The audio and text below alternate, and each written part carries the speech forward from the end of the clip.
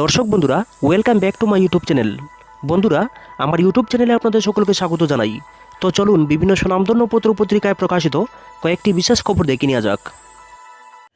ত্রিপুরা দর্পণে প্রকাশিত বিশেষ খবরটি হলো, প্রথম বাজেট অধিবেশনে 6টি বিল আসছে সংসদে। বাজেট অধিবেশন শুরু হচ্ছে 23 জুলাই থেকে।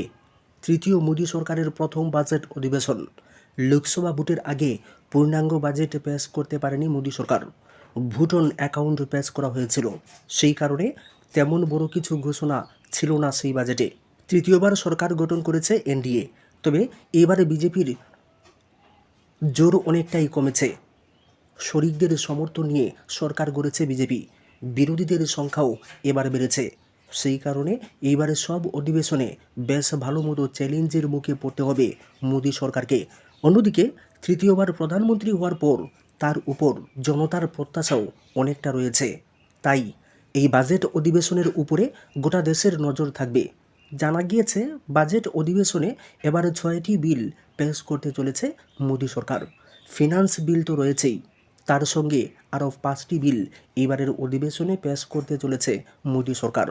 বিপর্যয় মোকাবেলা সংশোধিত বিল, দি বয়লার্স বিল, ভারতীয় বায়ুযান বিধায়ক বিল, দ্য কফি উন্নয়ন এবং মনোনয়ন বিল এবং রাবার উন্নয়ন ও মনোনয়ন বিল। তবে এইসব বিল পেশ হলেও আসল নজর থাকবে ফিনান্স বিল, অর্থাৎ তৃতীয় মোদী সরকারের প্রথম বাজেটের দিকে। কতটা জনমুখী বাজেট মোদী সরকার এবার পেশ করবেন, মোদীকে সব মহলের নজরই থাকবে।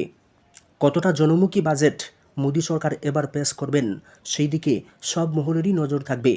জানা গিয়েছে, বিপর্যয় মোকাবেলা সংশোধনী বিলের মাধ্যমে এই দফতরকে আরও সংগঠিত করার চেষ্টা করা হচ্ছে।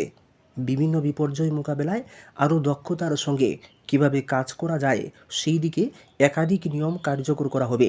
অন্যদিকে বয়লার্স বিলে স্বাধীনতা পূর্ববর্তী আইন বদলে নতুন আইন কার্যকর করা হবে। ভারতীয় দণ্ডবিধির জায়গায় এখন ভারতীয় আইন সংহিতার কার্যকর হয়েছে গোটা দেশে।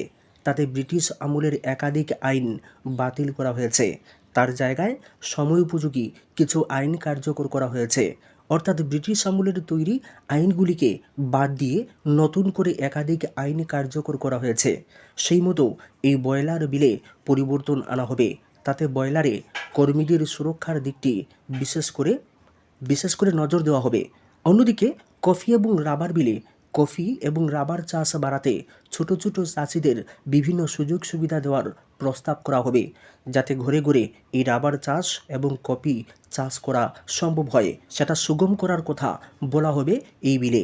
এইবারের বাজেট অধিবেশনে জম্মু কাশ্মীরের জন্য বাজেট পেশ করা হবে। ত্রিপুরাকে নিয়ে গুরুত্ব দিচ্ছে কংগ্রেসের শীর্ষ নেতৃত্ব তরুণ। ভয়াবহ অগ্নিগর্ভ পরিস্থিতি তৈরি হয়েছে এখন রাজ্যে। আইন শৃঙ্খলা তলানিতে বিজেপিতে এখন নিজেদের মধ্যে লড়াই চলছে। রাজ্যের বর্তমান মুখ্যমন্ত্রীকে দলেরই একাংশ কালিমালিপ্ত করতে চাইছে। গন্ডাচড়ার ঘটনাটি বিক্ষিপ্ত ঘটনা ভাবলে ভুল হবে, এটা একটা ষড়যন্ত্রের অঙ্গ। বর্তমানকে কালিমালিপ্ত করতেই এই ধরনের ঘটনা ঘটছে। সারা রাজ্যের আইন শৃঙ্খলা অবনত হওয়ার মধ্য দিয়ে মুখ্যমন্ত্রীকে কালিমালিপ্ত করছে। আগরতলা প্রদেশ কংগ্রেস ভবনে সর্বভারতীয় প্রতিনিধি দলের উপস্থিতিতে আয়োজিত সাংবাদিক সম্মেলনে এমনটাই বললেন কংগ্রেস বিধায়ক সুদীপ রায় বর্মন। রাজ্যের বর্তমান পরিস্থিতির উপর নজর রাখছে কংগ্রেসের সর্বভারতীয় নেতৃত্ব। ত্রিস্তর পঞ্চায়েত নির্বাচনকে ঘিরে দিকে দিকে দলের কর্মীদের উপর আক্রমণ এবং গন্ডাচড়ায় সংগঠিত সাম্প্রতিককালের ঘটনায় গভীর উদ্বিগ্ন কংগ্রেসের শীর্ষ নেতৃত্ব। তাই রাজ্যের সার্বিক পরিস্থিতি খতিয়ে দেখতে দলের সর্বভারতীয় সভাপতি নির্দেশে রাজ্যে এসেছেন লোকসভার বিরোধী দলের উপনেতা তরুণ গগৈয়ের নেতৃত্বে 3 সদস্যের এক কেন্দ্রীয় প্রতিনিধি দল। প্রতিনিধি দলের সদস্যরা আক্রান্ত এলাকাগুলির পাশাপাশি গন্ডাচড়ায় গিয়ে সার্বিক পরিস্থিতি খতিয়ে দেখেন। রাজ্য ত্যাগের আগে প্রতিনিধি দলের সদস্যরা আগরতলা কংগ্রেস ভবনে সাংবাদিকদের মুখোমুখি হয়েছেন। সাংবাদিক সম্মেলনে প্রতিনিধি দলের সদস্যরা রাজ্যের বর্তমান রাজনৈতিক পরিস্থিতিতে গভীর উদ্বেগ প্রকাশ করে জানিয়েছেন, গোটা বিষয়টি তুলে ধরা হবে দলের সর্বভারতীয় নেতৃত্বের কাছে। তারা আরও জানিয়েছেন, দলের সর্বভারতীয় নেতৃত্ব ত্রিপুরাকে খুব গুরুত্ব দিচ্ছে। রাজ্যের গণতন্ত্রকে হত্যা করছে বিজেপি চাইছে ত্রিপুরাকে দ্বিতীয় মণিপুর তৈরি করতে। তা কখনো হতে দেবে না কংগ্রেস। ত্রিপুরার সার্বিক পরিস্থিতি কংগ্রেস দল লোকসভায় তুলে ধরবে, এমনটাই জানিয়েছেন লোকসভার বিরোধী দলের উপনেতা তরুণ গগৈ।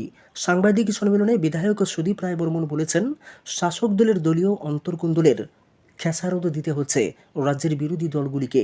নির্বাচনে প্রতিদ্বন্দ্বিতা করতে গিয়ে খুন হতে হচ্ছে, আর সেটাই হলো আজ রাজ্যের গণতন্ত্র। অথচ তারাই আবার মুখে বলে গণতন্ত্রের কথা। বিজেপি পার্টিটা সব মাফিয়া, নেশাখুর, জমি মাফিয়া, হারমাদ বাহিনীর দখলে। এই দলে কেউ কাউকে মানছেন না। গন্ডাচড়ায় যারা ষড়যন্ত্রের শিকার হয়ে ক্ষতিগ্রস্ত হয়েছেন তাদেরকে সম্পূর্ণ ক্ষতিপূরণ দেওয়ার দাবি করে কংগ্রেস। পঞ্চায়েত নির্বাচনে ৩,৩৮৩ জন কংগ্রেস প্রার্থী তাদের মনোনয়নপত্র দাখিল করতে পারেনি। শাসকেরা বিরোধীদের ভয় পেয়েছে, তাই তারা বিরোধীদের মনোনয়নপত্র দাখিল করতে দেয়নি।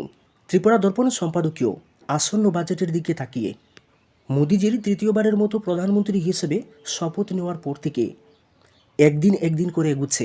সামনে আসছে পূর্ণাঙ্গ বাজেট অধিবেশন এর দিন, আর মানুষের মনে নতুন নতুন প্রত্যাশার সৃষ্টি হয়েছে, আর সেই সাথে আশঙ্কাও ঘনীভূত হচ্ছে। শপথ নেওয়ার পরেই রেল দুর্ঘটনা, এরপর কিছুদিনের পরই আবার রেল দুর্ঘটনা। এইসব যে রেলের উপর বেসরকারি নিয়ন্ত্রণ বাড়ানো নাকি এটি রেল মন্ত্রকের ব্যর্থতা, এই নিয়ে বিতর্ক যাই থাকুক না কেন, এটি যে মোদিজির নেতৃত্বের সরকারেরই ব্যর্থতা তা নিয়ে আলোচনা বিতর্ক চলছে, এবং তা চলতেই থাকবে।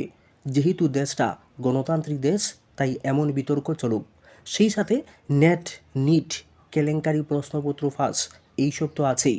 এইসব কিছুই কিন্তু সুশাসনের ব্যর্থতাকেই বেশি করে তুলে ধরেছে। এত সব প্রশ্নের পরেও মোদিজির চাণক্য কি সেই আগের মতোই খেলা করে যাবেন? এবার অন্তত একটু থামার প্রয়োজন ছিল। বিগত প্রায় 10 বছর ধরে গোটা দেশে এবং শাসক দলে দুইজন ব্যক্তিরই প্রাধান্য দেখা গিয়েছে, একজন মোদিজি স্বয়ং, আরেকজন অমিত শাহ। এই যে এবার এই দুইজন নেতা বিজেপি সংসদীয় রীতিনীতির প্রচলিত নিয়মকানুনকে তোয়াক্কা না করেই বিজেপির সংসদীয় নেতা নির্বাচিত না হয়েই এনডিএ জোটের নেতা নির্বাচিত হওয়ার পদ্ধতি বেছে নিয়েছেন। এই নিয়েও শাসক দলীয় অভ্যন্তরের নানা কথা বাইরে চলে আসছে।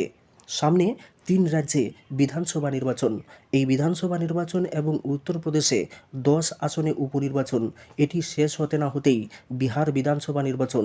এই সবটি নির্বাচনই পরপর অনুষ্ঠিত হবে, এবং প্রতিটি নির্বাচনই কিন্তু এই লোকসভায় শাসকের বেশি দিন টিকে থাকার বিষয়টি নিশ্চিত করবে না, অন্য কিছু পরিবর্তন নিয়ে আসবে তা নির্ভর করছে। মনে হচ্ছে মোদিজির চাণক্য এইসবের তোয়াক্কা না করেই তিনি বীর দর্পে বিভিন্ন রাজ্যের কর্তৃত্ব নিজের হাতে রাখতে চাইছেন। বিশেষ করে উত্তরপ্রদেশের নেতৃত্ব যেন দিল্লির হাইকমান্ডকে খুব বেশি একটা পাত্তা দিতে নারাজ, কারণ বিজেপির মূল চালিকা শক্তি আরএসএসের আশীর্বাদ রয়েছে উত্তরপ্রদেশের নেতা যোগী আদিত্যনাথের উপরে। দিল্লির চাণক্য মহাশয়ের এমন মনোভাব জেনে উত্তরপ্রদেশের এক নেতা হঠাৎ করে মুখ্যমন্ত্রী হওয়ার স্বপ্ন দেখতে শুরু করেছেন। এটা বুঝতে পেরেই মুখ্যমন্ত্রী যোগী আদিত্যনাথও উপযুক্ত জবাব দেওয়ার জন্য তৈরি হয়ে উঠেছেন। তিনি রাতারাতি বিজেপি কার্যকর্তাদের মিটিং ডেকে আসন্ন 10 আসনের উপনির্বাচনের নতুন করে মুখ্যমন্ত্রী হওয়ার স্বপ্ন দেখা উপমুখ্যমন্ত্রী কেশব প্রসাদ মৌর্য এবং অপর মুখ্যমন্ত্রীদের বাদ দিয়ে প্রতিটি আসনের জন্য 3 জন মন্ত্রীকে দায়িত্ব দিয়েছেন। চাণক্য আদিত্য লড়াইয়ের এটি এক প্রধান বিষয়।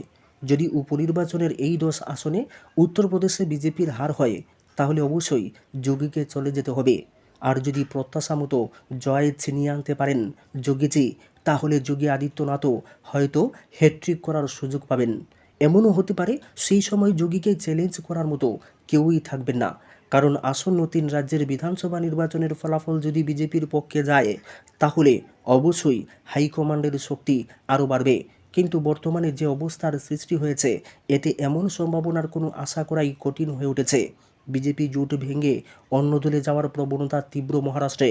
অন্যান্য অনেক রাজ্যেই কিছু কিছু প্রভাবশালী ব্যক্তির পদত্যাগ কিন্তু মোদি শাহর চিন্তা আরও বাড়িয়ে দিচ্ছে। তার উপরে আর কোনো ম্যাজিকই যেমন কাজ করছে না, তেমনি ভরসা রাখার মতো কোনো গ্যারেন্টিও সামনে নেই আপাতত। তাই এইবারের বাজেটে হয়তো কিছু চমক অবশ্যই থাকতে হবে। সেই সাথে কেন্দ্রের সহযোগী শক্তিদের খুশি করেই বাজেট তৈরি করতে হবে। অনেকেই খুশি নেই, আবার ইন্ডিয়া জোটের পক্ষ থেকেও বিভিন্ন ধরনের টোপ সামনে রাখা হচ্ছে। এতে কেন্দ্রের জোট সহযোগী অনেকেই যেমন নতুন করে স্বপ্ন দেখার সুযোগ পেয়েছেন, তেমনি নিজের দলের অনেক নেতাই কেউ মুখ্যমন্ত্রী হওয়ার জন্য উঠে পড়ে লেগেছেন। বিহারের মুখ্যমন্ত্রীকে তো আগেই প্রধানমন্ত্রী হওয়ার আহ্বান জানানো হয়েছে, কিন্তু বিহারের মুখ্যমন্ত্রী এখন নিজের চেয়ার রক্ষাই কঠিন হয়ে উঠেছে। তবে আগামী বিধানসভা নির্বাচনের আগে তিনি কি করবেন বলা মুশকিল। আবার এর আগেই হয়তো কোমর ভেঙে ঘরে বসে থাকতে হতে পারে।